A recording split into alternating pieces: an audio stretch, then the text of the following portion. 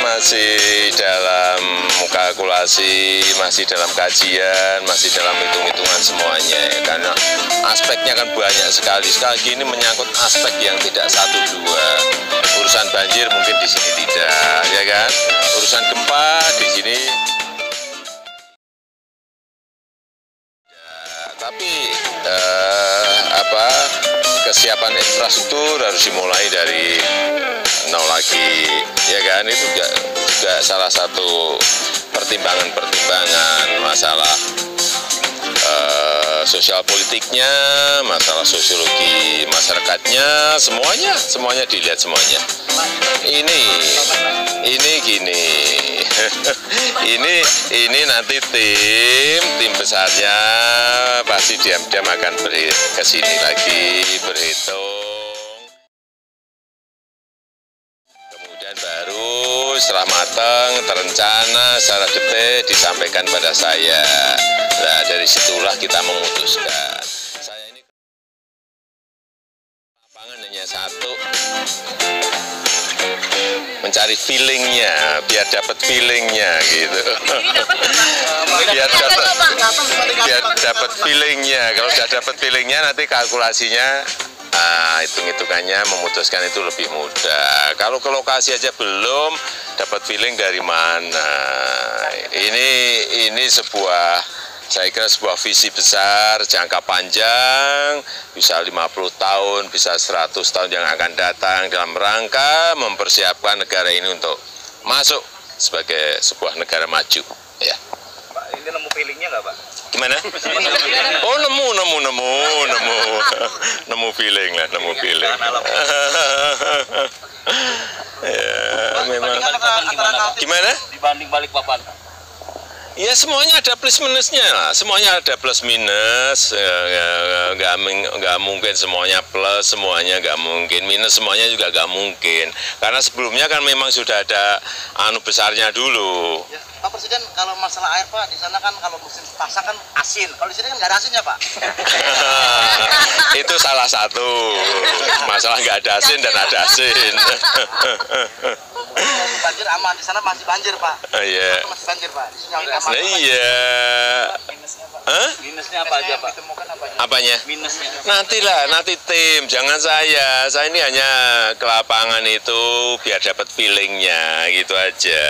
Itu tim yang betul-betul ahlinya, bukan saya.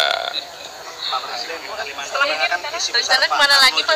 Ini Pak. Juga visi besar Bung Karno juga untuk Kalimantan Tengah. Apakah itu juga menjadi? Iya, beliau dulu memilih, kemungkinan juga pasti ada alasan-alasan khusus, ada alasan-alasan besarnya pasti ada. Itu yang juga dilihat. Nggak mungkin sebuah keputusan itu disampaikan tanpa sebuah argumentasi, data, fakta-fakta lapangan yang matang pasti. Ya Pak, makasih Pak. Makasih Pak. Ini kok pada seneng semua, ada apa sih? Ketemu feelingnya Pak. Ketemu feeling.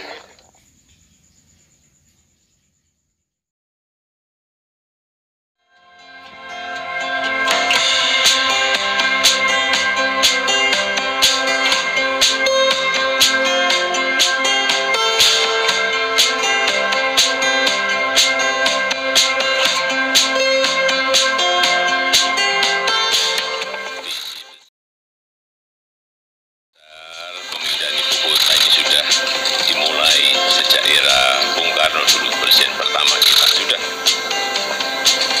Kemudian era presiden kedua juga ada visi untuk memindahkan ibu kota.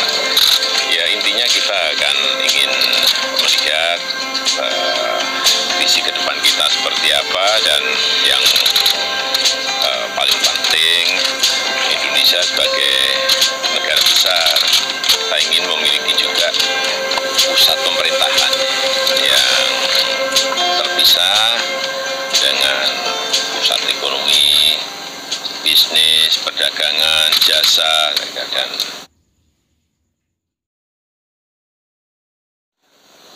ya ini kita ingin menapak ke depan sebagai sebuah negara maju.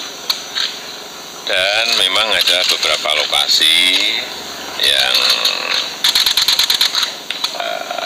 sudah kira-kira 1,5 tahun ini di studi, yang salah satunya adalah di Kalimantan Timur, dan kurang dan lebih yang kita datangi siang hari ini. Di sini semuanya saya melihat sangat mendukung. Kebetulan ini berada di tengah-tengah jalan tol Samarinda Balikpapan. Dan kalau kita lihat, Balikpapan ada airportnya, Samarinda ada airport. Nah, udah nggak buat airport lagi, udah ada 2. Pelabuhan juga sudah ada. Nah, artinya itu akan banyak menghemat biaya. Tapi kan kajian itu tidak hanya urusan infrastruktur, sosiologisnya, kemudian kajian sosial politiknya seperti apa. Ini yang perlu dipertajam, kemudian urusan lingkungan dan misalnya kebutuhan air seperti apa.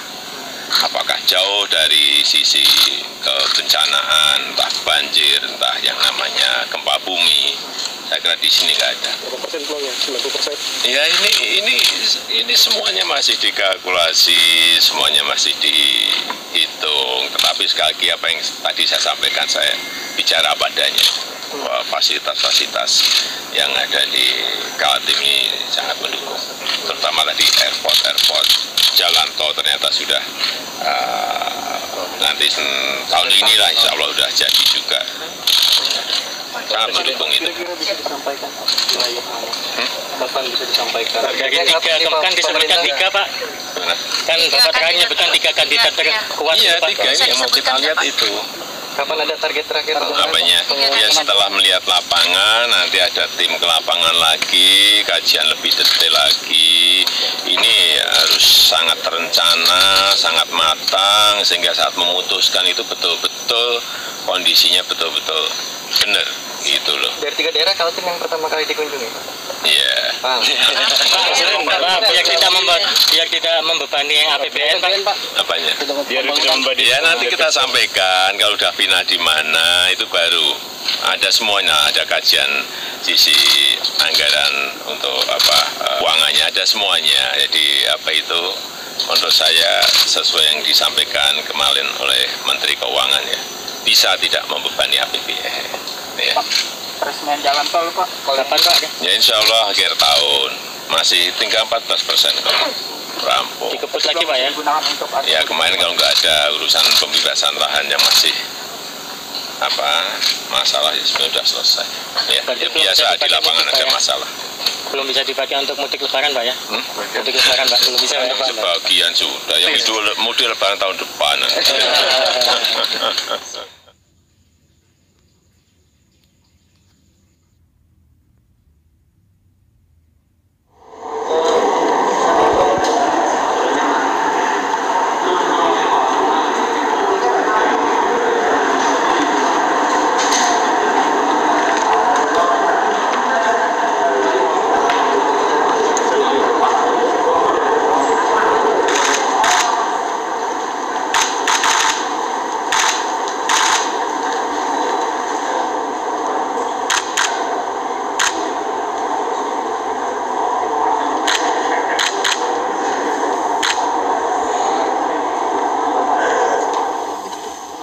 Bismillahirrahmanirrahim. Assalamualaikum warahmatullahi wabarakatuh. Selamat siang, salam sejahtera bagi kita semuanya. Om Swastiastu, Namo Buddhaya, salam kebajikan. Pada siang hari yang berbahagia ini, saya ingin menyampaikan yang berkaitan dengan perpindahan ibu kota negara. Rencana untuk pindah ibu kota itu sudah digagas sejak lama, bahkan sejak era Presiden pertama Republik Indonesia, Insinyur Soekarno. Dan sebagai bangsa besar yang sudah 74 tahun merdeka, Indonesia belum pernah menentukan dan merancang sendiri ibu kotanya. Banyak pertanyaan, kenapa harus pindah?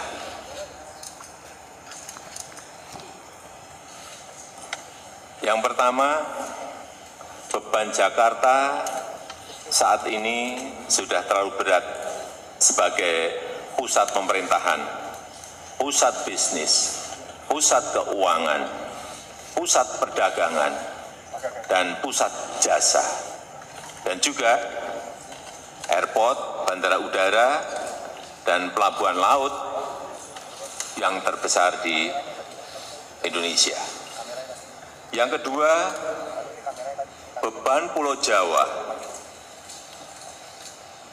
yang semakin berat dengan penduduk sudah 150 juta atau 54% dari total penduduk Indonesia dan 58% PDB ekonomi Indonesia itu ada di Pulau Jawa, dan Pulau Jawa sebagai sumber ketahanan pangan. Beban ini akan semakin berat bila ibu kota pemerintahan pindahnya tetap di Pulau Jawa. Kemudian juga ada yang bertanya mengenai pendanaan. Perlu kami sampaikan bahwa total kebutuhan untuk ibu kota baru adalah kurang lebih 466 T. Nantinya 19% itu akan berasal dari APBN. Itu pun terutama berasal dari skema kerjasama pengelolaan aset di ibu kota baru dan di DKI Jakarta. Sisanya akan berasal dari KPBU, kerjasama pemerintah dan badan usaha, serta investasi langsung swasta dan BUMN. Pertanyaan ketiga, kenapa urgent sekarang?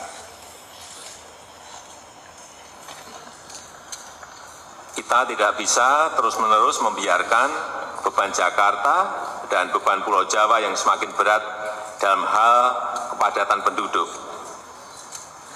kemacetan lalu lintas yang sudah terlanjur parah, dan polusi udara dan air yang harus segera kita tangani.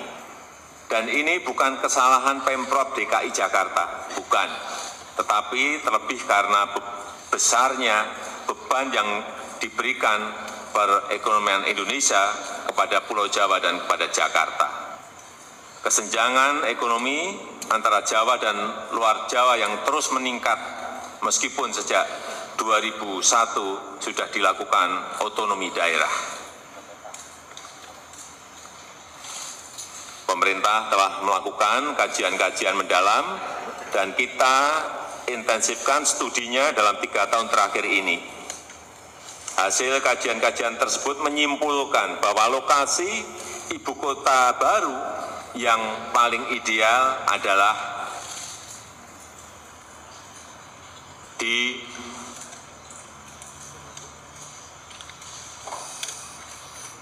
sebagian Kabupaten Penajam Pasar Utara dan sebagian di Kabupaten Kutai Kartanegara, Provinsi Kalimantan Timur.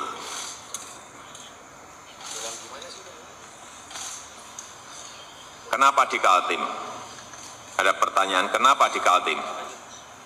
Satu, risiko bencana minimal, baik bencana banjir, gempa bumi, tsunami, kebakaran hutan, gunung berapi, dan tanah longsor. Yang kedua, lokasinya yang strategis, berada di tengah-tengah Indonesia. Yang ketiga, berdekatan dengan wilayah perkotaan yang sudah berkembang, yaitu Balikpapan dan Samarinda. Yang keempat, telah memiliki infrastruktur yang relatif lengkap. Dan yang kelima, telah tersedia lahan yang dikuasai pemerintah seluas 180.000 hektar. Pembangunan ibu kota baru ini bukan satu-satunya upaya pemerintah dalam mengurangi kesenjangan Pulau Jawa dan luar Jawa. Karena selain itu pemerintah juga akan membangun industrialisasi di luar Jawa berbasis hilirisasi sumber daya alam. Dan Jakarta akan tetap menjadi prioritas pembangunan dan terus dikembangkan menjadi kota bisnis, kota keuangan, pusat perdagangan, dan pusat jasa berskala regional dan global. Dan rencana Pemprov DKI Jakarta untuk melakukan urban regeneration yang dianggarkan sebesar 571 triliun tetap terus dijalankan. Dan pembahasannya sudah pada level teknis dan siap dieksekusi. Saya paham bahwa pemindahan ibu kota negara ini termasuk lokasinya membutuhkan dukungan dan persetujuan DPR. Oleh sebab itu tadi pagi saya sudah berkirim surat kepada Ketua DPR RI dengan dilampiri hasil-hasil kajian mengenai calon ibu kota baru tersebut. Sehubungan dengan hal tersebut, pemerintah akan segera mempersiapkan rancangan undang-undangnya untuk selanjutnya disampaikan kepada DPR. Demikian yang bisa saya sampaikan pada siang hari ini. Terima kasih. Wassalamualaikum warahmatullahi wabarakatuh.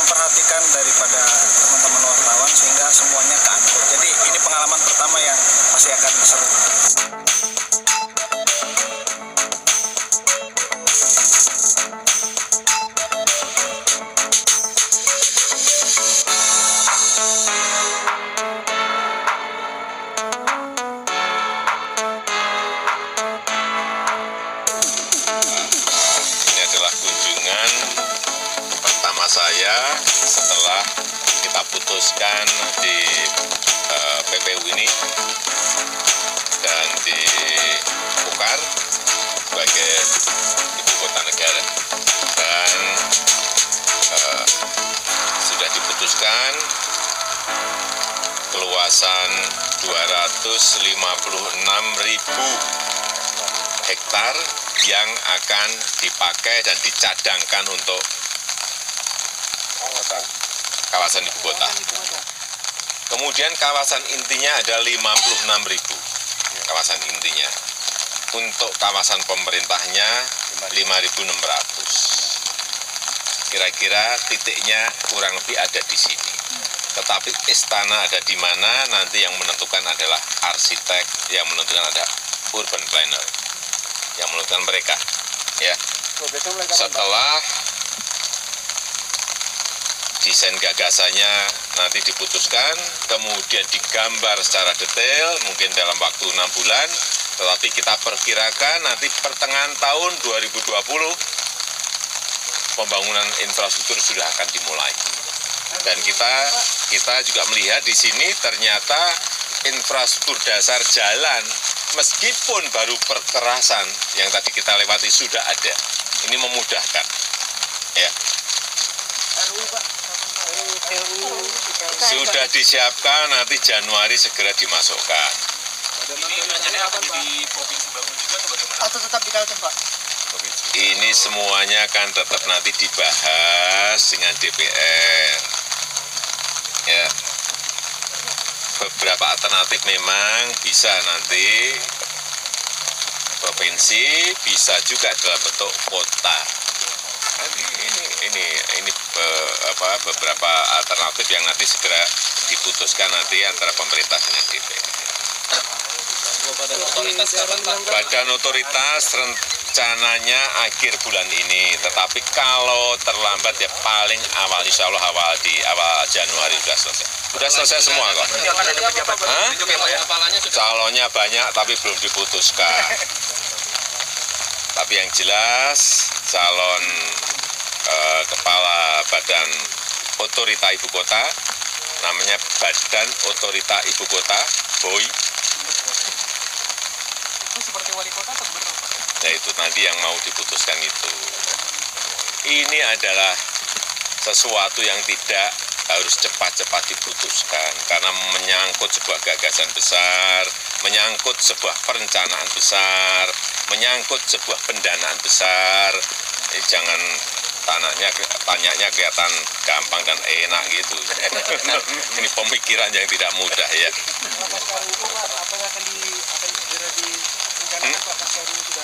Apanya?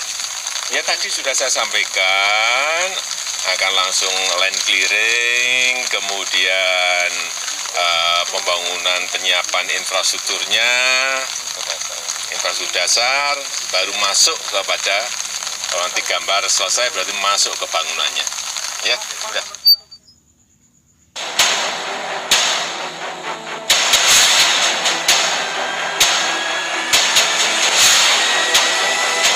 Pertama saya ingin mengucapkan selamat terlebih dahulu sudah sampai pada tahapan ini dan telah terpilih dari 755 peserta sayembara. Itu merupakan sebuah pencapaian yang sangat hebat dan sekarang dalam proses penilaian akhir dan salah satu dari Bapak Ibu semuanya akan menjadi pemenang. Kami memaparkan tentang konsep desain dari ibu kota negara yang baru yang berinovasi, yang memiliki konsep hijau yang pasti, bagaimana sebuah kota seharusnya tidak menghancurkan kondisi existing. Jadi kita berusaha untuk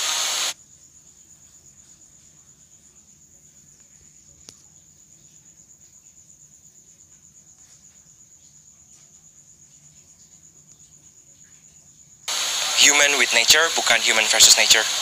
Kita punya konsep ibu kota yang baru adalah kota berinovasi, yang memiliki konsep hijau yang pasti, bagaimana sebuah kota seharusnya tidak menghancurkan kondisi existing. Jadi kita berusaha untuk human with nature, bukan human versus nature. Kita punya konsep ibu kota yang baru adalah kota seribu galur. Kita terinspirasi dari tenunan, kita menenun antara benang galur, terus lalu ada benang lusing dan benang pakan, lalu ada ruang alun-alun yang menjadikan representasi bangsa Indonesia yang utuh. Kami membawakan konsep Nagara Rimba Nusa. Jadi konsep perkotaan yang diinspirasi dari kekayaan alam dan Nusantara kita, yaitu air dan juga kepulauan ya. Intinya ada beberapa hal, tapi yang pertama bahwa ibu kota negara ini sebaiknya tidak berdiri sendiri, tidak jagoan sendiri, tapi dia bekerja sama, berbagi peran dengan kota-kota di sekitarnya.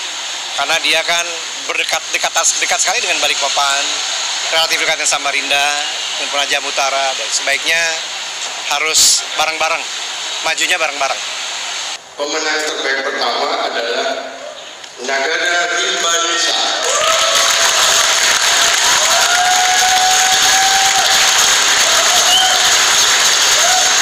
Ada satu hal yang betul-betul kami sadari, bahwa memang indah kepulauan kami ini. menggugus, berjajar indah alami. Disitulah letak kekuatan kami. Apalah itu bumi yang tiada hutan, seumpama hampa, mudah dicemar pembangunan. Apalah bumi tanpa perairan, akan kehausan, pasti lambat laun hilang. Berdasarkan 3 kriteria utama. Pertama tentang satu, bahwa ibu kota negara sebagai identitas bangsa, ya, tidak hanya memindahkan kota seperti yang diarahkan Bapak Presiden, tapi adalah identitas bangsa untuk kemajuan peradaban Indonesia ke depan. Yang kedua, keberlanjutan kota tersebut. Jadi kita ingin mendapat ibu kota yang friendly, ya, memperhatikan lingkungan, memperhatikan kebencanaan sosial, ya, dan ekonominya, itu keberlanjutannya. Yang penting lagi, yang ketiga adalah ini kota bukan untuk generasi saat ini, tapi kota untuk generasi yang akan datang. Jadi kota harus menunjukkan kecerdasan, kemudian modern, dan juga internasional standar harus ada di situ. Depan bukti peradaban. Manusia kembali belajar pada interaksi urban dan hutan, memberikan ruang untuk bangunan dan perencanaan agar menjadi kami memilih konsep Nagara Rimba Nusa karena kami melihat negara sebagai perwakilan pemerintah dan juga rakyat ada di situ. Rimba adalah karakter hutan yang memang ada di lokasi kita di Kalimantan, dan Nusa adalah suatu hal yang identitasnya selalu bisa kita miliki sebagai bangsa Indonesia karena kita tinggal di kepulauan, dan kepulauan itu adalah identitas bangsa kita salah satunya. Dan yang kami usungkan di sini adalah bagaimana satu kami bisa menjadi kebanggaan untuk bangsa dan juga untuk internasional. Salah satunya adalah bagaimana kita mengangkat cerita hutan menjadi inspirasi kita di dalam membangun. Bagaimana kita belajar kota ini menjadi bagian dari ekosistem alam yang terintegrasi. Dan itu juga menjadi satu langkah awal kita untuk bisa membesarkan lagi hutan-hutan di Kalimantan. Sebagai komitmen kita, salah satunya adalah kita membuat Heart of Borneo, ya. Heart of Borneo itu 45% daerah Kalimantan itu harusnya hutan. Dan usaha ini dengan kita memindahkan ibu kota di lokasi tersebut, inilah titik untuk salah satu komitmen awal kita untuk bisa melakukan itu. Di mana bangsa-bangsa dapat bangkit sejalan dengan alam. Begitulah juga doa kami untuk Indonesia, untuk sekarang dan seterusnya. Nagara Rimba Nusa.